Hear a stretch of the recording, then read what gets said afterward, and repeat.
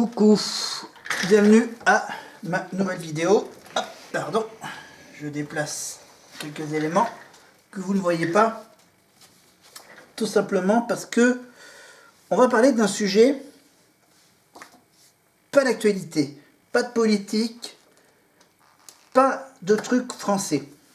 Voilà. Même si je porte le magnifique petit maillot de supporter de l'équipe de France de football, bien sûr, avec les 2 étoiles. Mais on va pas parler de la France, on va parler... Pardon. Ouais, ça.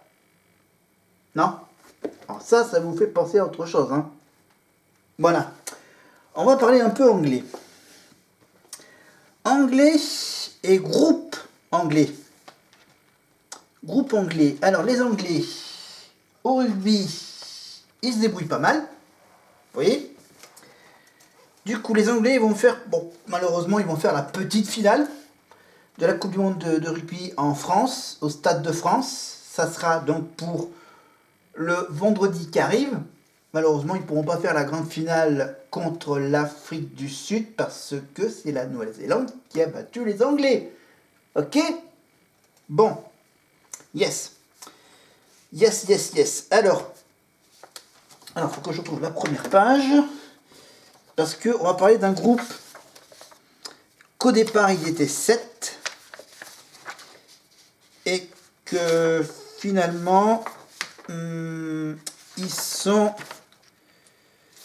plus que 5 ou 6. Voilà, un groupe qui s'est reformé. Un groupe qui a été créé... Enfin, je vais tout vous raconter. Voilà, on va parler des... On va quand même parler des 7 membres, parce que c'est à la base un groupe de 7. Ce sont des jeunes Anglais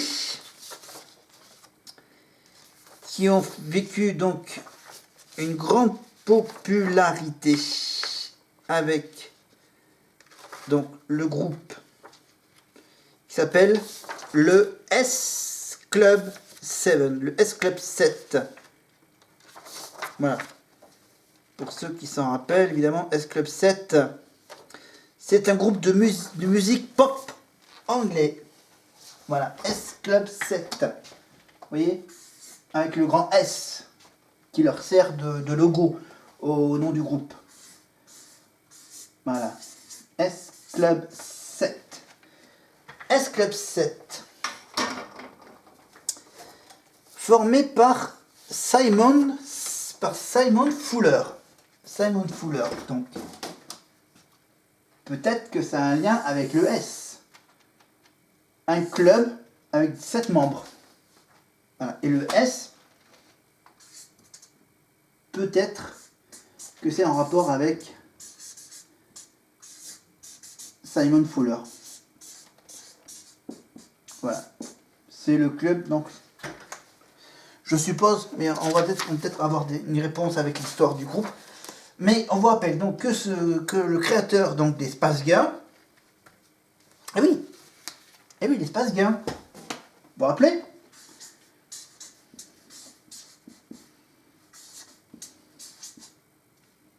Alors je mets le I, L, S, d'accord? Vous voyez, je mets des flèches partout. Donc le S, ça vient peut-être du S de Simon Fuller. Simon Fuller qui a créé donc les Space Girls. Les Space Girls, bien sûr, vous les connaissez plus que le S-Club 7. Hein, c'est Mel B, Mel C, Victoria Beckham, etc. Voilà. Mais le plus important, c'est notre sujet du S-Club 7.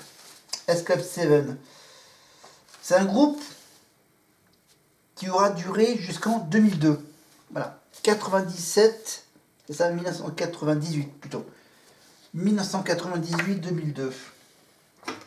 Vous voyez, 1998 jusqu'en 2002.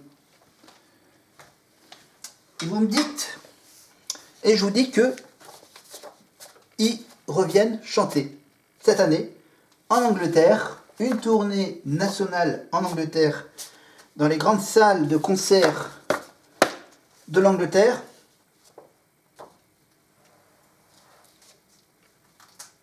Presque. Depuis un long moment. Alors ça a été ce groupe qui dura jusqu'en 2002 fut ainsi créé par les besoins d'une série télévisée. C'est vrai que ça a été créé par une série télévisée intitulée S Club 7. S Club 7. Après le départ de Paul Cattermole, le groupe a continué jusqu'en 2003 sous le nom de S Club. Bien sûr. Parce que bien sûr, il n'était plus 7. Voilà. Ils ne pouvaient pas, enfin, si, ils pouvaient. Parce qu'apparemment, peut-être qu'ils avaient le droit d'utiliser S Club 6, S Club 5. Ça aurait été bien. Mais non, le 7, c'était le symbole des 7 membres du groupe. Ah oui. Les 7. Vous me dites, qui sont les 7 membres du groupe? Eh ben, bon, vous avez compris, bien sûr qu'ils sont 7, donc il n'y a aucune égalité entre les hommes et les femmes dans ce groupe. En 2008, Joe O'Meara, Bradley McIntosh et Paul Cattermole annoncent qu'ils se réunissent pour faire renaître le groupe désormais appelé S Club 3, rejoint ensuite par Tina Barrett pour former S Club 4. Après plusieurs années de négociations, le groupe accepte enfin de se reformer pour l'édition 2014 de Children in Needs, diffusée sur la BBC. On n'a qu'à dire que c'est grosso modo plus ou moins le Téléthon anglais. Voilà. C'est pour récolter de l'argent pour des enfants malades en Angleterre, je pense. Si vous voulez savoir, vous cherchez Children in Need sur la BBC. Le 14 novembre 2014, voyant l'énorme impact de leur retour, ils décident de programmer une tournée de 11 dates au Royaume-Uni, ainsi qu'un nouveau best-of avec un titre inédit, Rain. Ouais, il pleut. Il y a une grosse averse. Et passons plutôt à l'histoire. Alors, en fait, je vais quand même vous donner les prénoms des 7 membres du groupe, évidemment.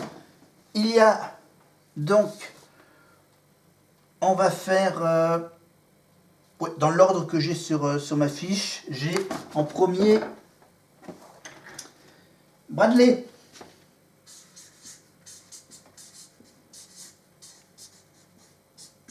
On va faire Bradley. On va faire les garçons en premier. Bradley, John.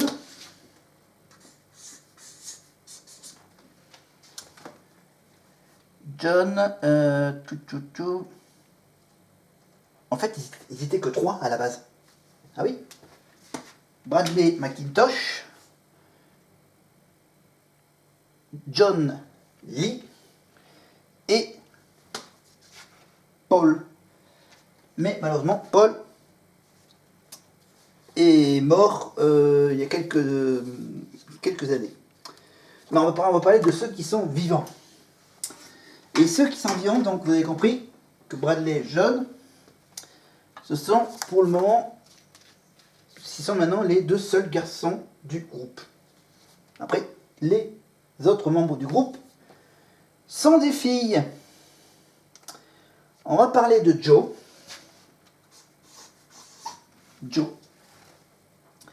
Joe O'Meara, Tina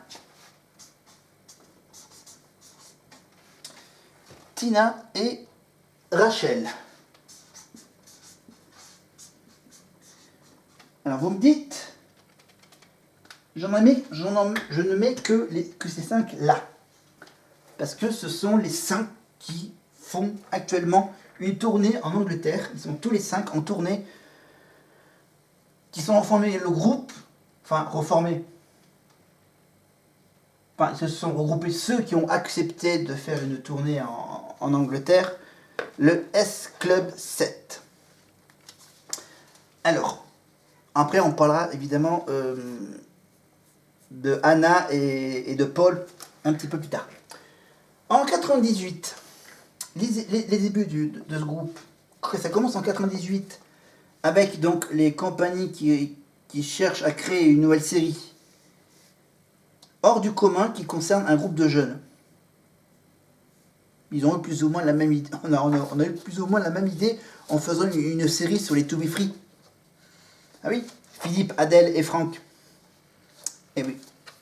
Jean-Luc Azoulay avait fait une série avec ce célèbre boss band en France. Et la série, ça s'appelle Pour être libre.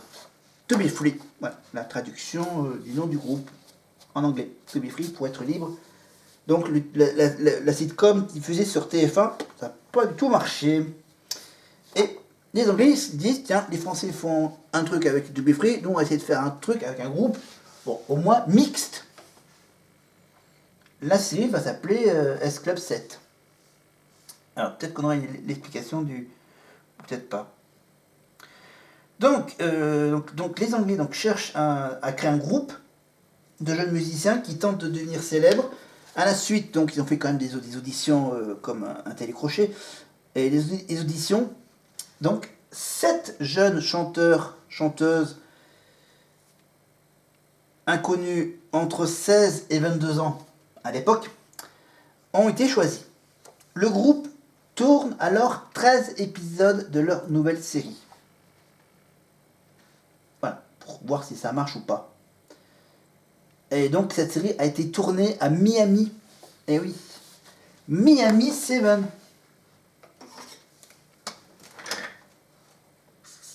Voilà, donc ils ont tourné une première saison à Miami. À 7 toujours. Miami 7. Ce qui complétera la première saison. Avec bien sûr les chansons qui vont avec, évidemment, la série. Les chansons donc avec surtout leur premier single, Bring It All Back. Voilà, je vous mets plein de petits liens en information dans cette vidéo. Voilà, le clip de Bring It All Back qui sera numéro 1 des ventes britanniques en 98, 99 même. Donc récompensé au au TV Hits Awards ainsi qu'au Smash Hits Awards. Voilà, des récompenses anglaises, de la télé anglaise, bien sûr, et de l'industrie musicale anglaise. Voilà, le Smash Hits Awards, voilà, le TV Hits Awards et le Smash Hits Awards. On passe ensuite en 99. En 99, devant leur succès retentissant, le S-Club 7 enregistre l'album, le premier album qui s'appelle S-Club. Voilà. Qui est un succès. Par la suite, ils reçoivent 2 récompenses au Disney Channel. Même s'ils ne font pas partie de l'univers Disney. Hein. Le Disney Channel Kids Awards. Ensuite, on passe en 2000, où le groupe sort un deuxième album. Dire que le premier, ils l'ont appelé S-Club. Le deuxième, ils l'ont appelé 7.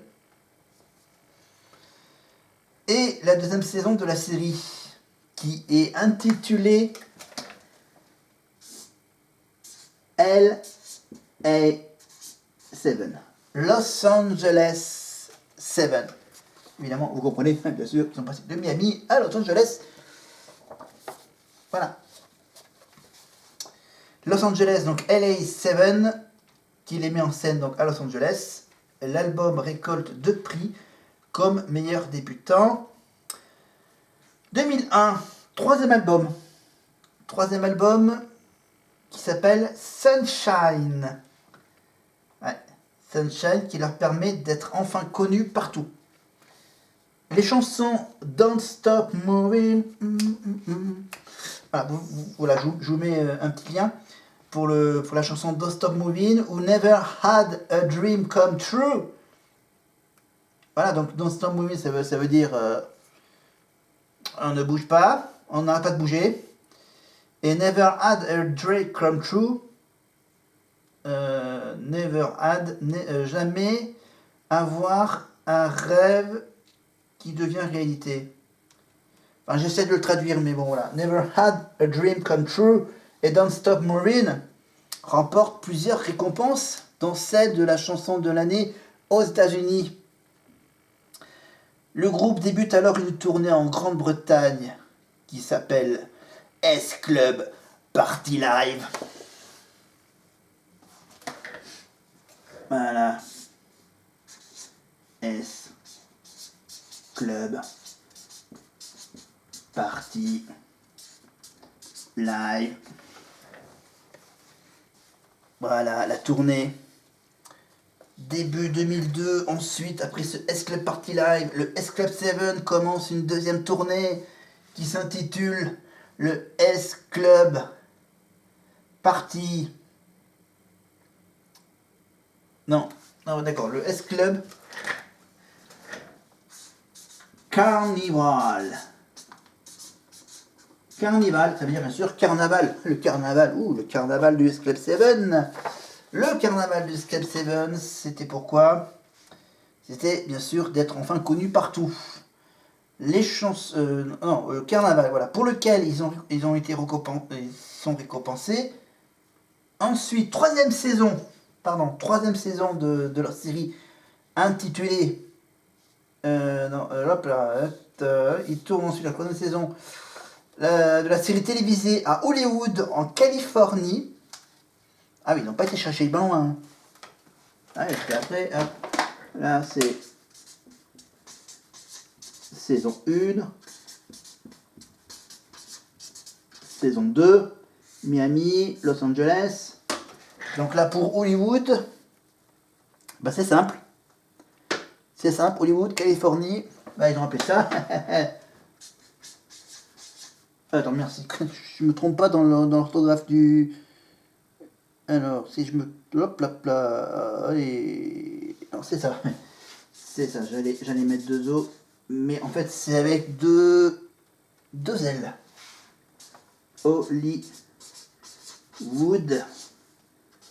Hollywood 7, donc saison 3. Ça. Voilà. J'espère que vous arrivez à lire, même si le stylo marche presque plus. Donc on était en 2002 avec la troisième saison Hollywood 7. Hollywood 7 durant le tournage de leur 4e saison en Espagne. Ah, ils enchaînent. 3e saison, hop.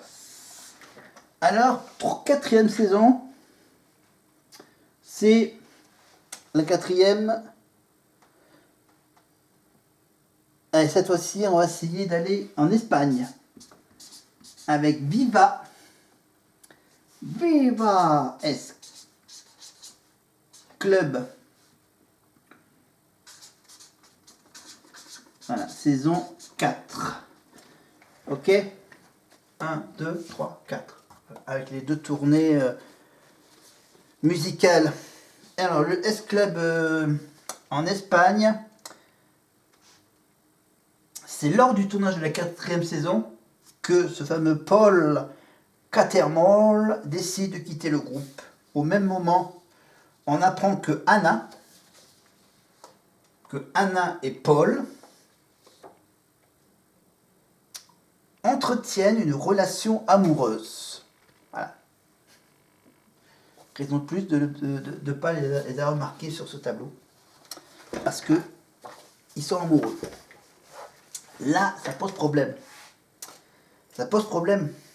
Et ensuite, du coup, fin 2002, le S-Club 7 s'appellera désormais S-Club. Voilà. Avec un nouvel album nommé Seeing Double. Seeing Double, Ça veut dire oh, on voit double. Alors non mais sing double. Je vois double. Hein. Je vois double et donc une tournée en Espagne en rapport avec la 4e saison de S Club 7 en Espagne. Et en 2003, le groupe tourne un film intitulé Saying Double.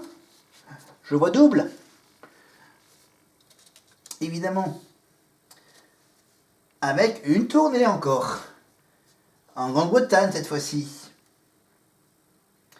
Avec le S Club 8. Ouais. Voilà. C'est un groupe de jeunes qui a été formé par le S Club. Vous avez compris? Non? Voilà. S Club 8. Voilà. Ils ont créé un double... bizarre.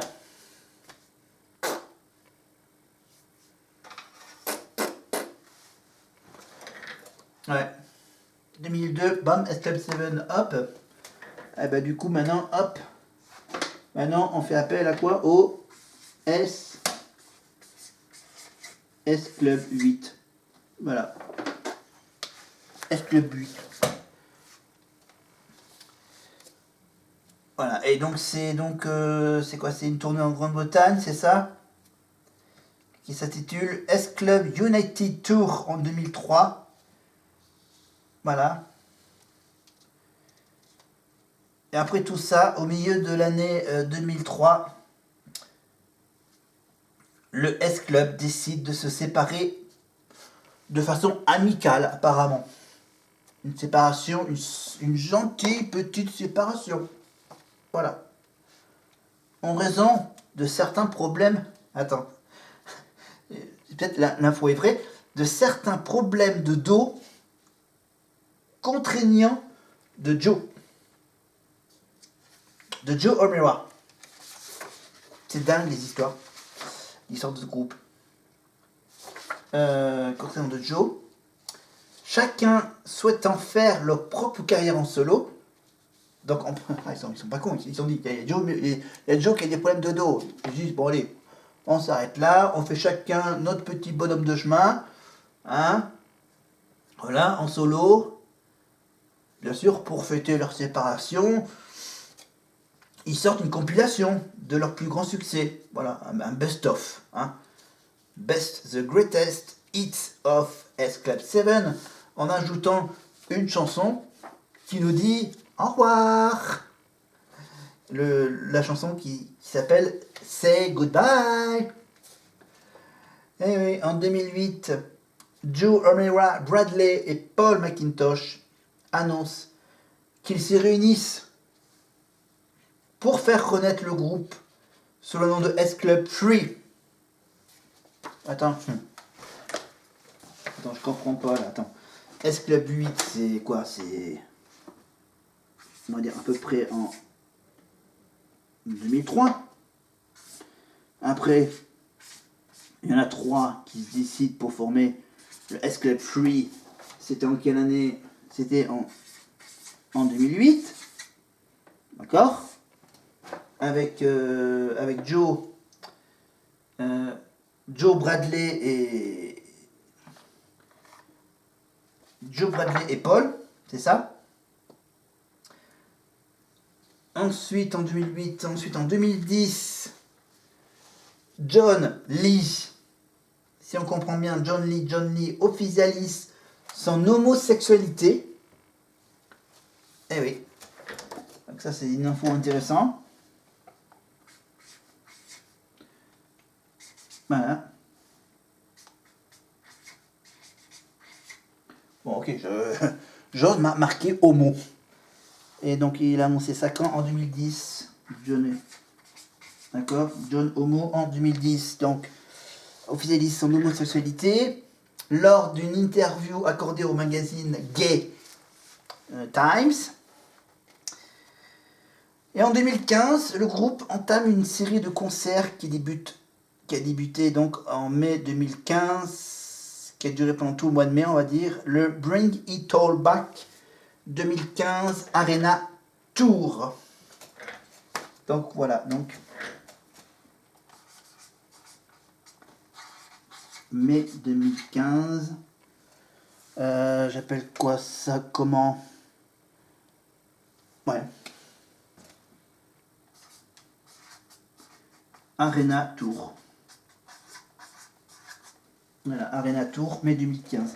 2010, j'en annonce mon homosexualité. Il y a un petit groupe avec 3 qui font un petit groupe de 3. Il y a un petit groupe de 8, un petit groupe de 7. Voilà. Alors, quelques petites infos avant de rentrer en détail sur chacun de ses membres. Alors, commençons par Tina. Tina, ayant beaucoup moins de chansons à elle, est tout de même importante comme voix de fond. Mais surtout en tant que danseuse désignée, apparemment, elle est très souple. Elle apparaît dans la série comme une fille enjouée, bien que parfois un peu réservée.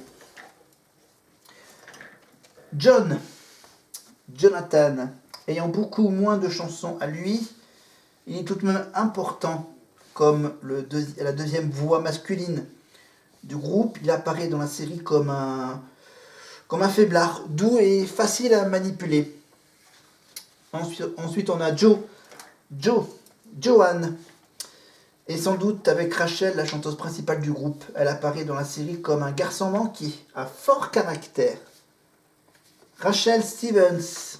Rachel est sans doute avec Joe, la chanteuse principale du groupe. Elle apparaît dans la série comme une fille douce, fragile, obsédée par les vêtements et son apparence, et passionnée. On lui prête une relation secrète avec Bradley, mais rien n'a été confirmé. Bradley McIntosh, un nom assez particulier, est sûrement la voix la plus entendue après Joe et Rachel. Il a composé des chansons sur les albums. Il apparaît dans la série étant un gars confiant et parfois comme le bouffon de service. Ensuite, on a Anna Spirit, ayant beaucoup moins de chansons à elle. Elle est tout de même importante comme voix de fond. Elle apparaît dans la série comme une jeune femme innocente, douce, sensible, incapable de faire mal à une mouche.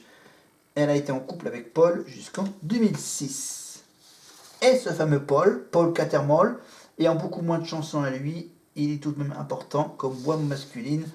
Il apparaît dans la série comme un gars positif qui cherche à s'amuser. Il quitte le groupe lors de la dernière année pour faire d'autres types de musique. Il a été en couple avec Anna jusqu'en 2006. Et... Ah ouais, c'est tout récent. Ah ouais. Ah ouais, d'accord. Ah ouais, d'accord, ok. Ok. Voilà, Paul Cattermole. Donc, Paul.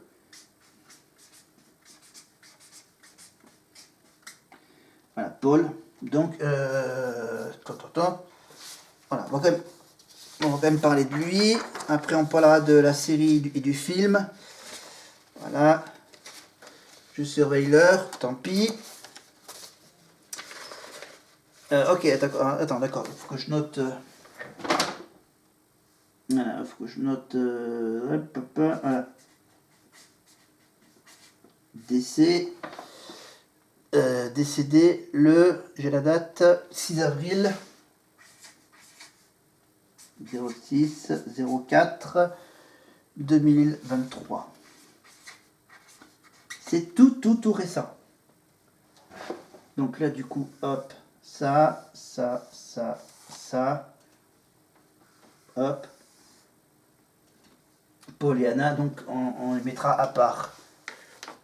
Donc la série télévisée, qu'est-ce que je peux dire sur la série télévisée? La série télévisée dans laquelle des membres du groupe jouent leur propre rôle raconte l'histoire d'un groupe formé de 3 chanteurs et 4 chanteuses qui souhaitent devenir célèbres. Pris entre la recherche constante d'un manager qui saurait les aider et des histoires d'amour, le groupe réussit à se frayer un chemin jusqu'à la célébrité tout en illustrant chaque épisode de leur musique. Au Québec, la série est diffusée sur VRAC TV et en France sur France 2. Et le fameux petit film du Club 7, le film donc nommé Seeing Dumble, d'une durée d'1h31, réalisé par Nigel Dick, est sorti le 11 avril 2003, a été plutôt mal accueilli par la critique au point qu'il n'est sorti qu'en Grande-Bretagne sur grand écran. C'est tout simplement parce que l'intrigue du film était plutôt légère, servant surtout de prétexte aux séquences musicales. Voilà, je vous explique un peu l'histoire, hein, parce qu'il n'y a que les Anglais qui l'ont vu ce film. Alors que le groupe est en vacances en Espagne, ils découvrent en se voyant à la télévision qu'ils ont été clonés. Il s'avère que le coupable est un scientifique qui souhaitait contrôler l'esprit des enfants pour diriger le monde. Les clones étant peu intelligents, ils se montreront tout de même coopératifs avec le groupe qui tentera de déjouer ce plan diabolique. Dans de nombreuses scènes du film, Joe a dû être remplacé par une doublure, bien sûr, par rapport à son problème, à son petit mal de dos. Ouais, sans doute. Voilà. Après la séparation du groupe, chacun a décidé de prendre une voie différente. Rachel a été la première à enregistrer un nouvel album, en solo. Peu après, Joe a fait de même, après avoir surmonté ses problèmes de dos. John s'est tourné vers le théâtre, débutant dans une adaptation des Misérables du Victor Hugo. Anna a quant à elle joué dans plusieurs films, tout en continuant à suivre Paul, membre d'un groupe nommé Skua. Bradley souhaite faire une carrière solo et Tina souhaite aussi chanter, bien qu'elle se fasse encore discrète. Jusqu'à ces derniers jours, évidemment, avec cette tournée de retour. En 2008, 3 membres du groupe ont décidé de remonter sur scène pour une mini-réunion souvenir lors de différents festivals dans toute la Grande-Bretagne. Voilà. Comme là, j'ai pas beaucoup de temps, on va pas aller dans les détails. On va pas aller dans les détails de la série. Pour la série télé, ça sera pour une petite vidéo à part. Voilà, pour parler de la série télé. Donc, on va quand même parler du membre qui a été décédé au mois de... décédé le 6 avril 2023 dans le Dorset. Donc, une région de l'Angleterre. Voilà, Paul Cattermole, né le 7 mars 1977 à Saint-Alban, dans Leicestershire, est mort donc à Wareham, dans le Dorset. Chanteur, acteur britannique connu pour avoir été membre du groupe S Club 7. Voilà, mort à 46 ans. Donc, c'est une ville, donc sa ville de naissance est située au sud de au sud du Hertfordshire. Son arrière-grand-père était le directeur des studios Abbey Road. Ouais, en plus, il était dans une grande famille très... Voilà, le grand-père de Paul Cattermole, donc... Non, l'arrière-grand-père de Paul Cattermole était le directeur des studios d'Abbey Road qui a dû rencontrer les Beatles et autres.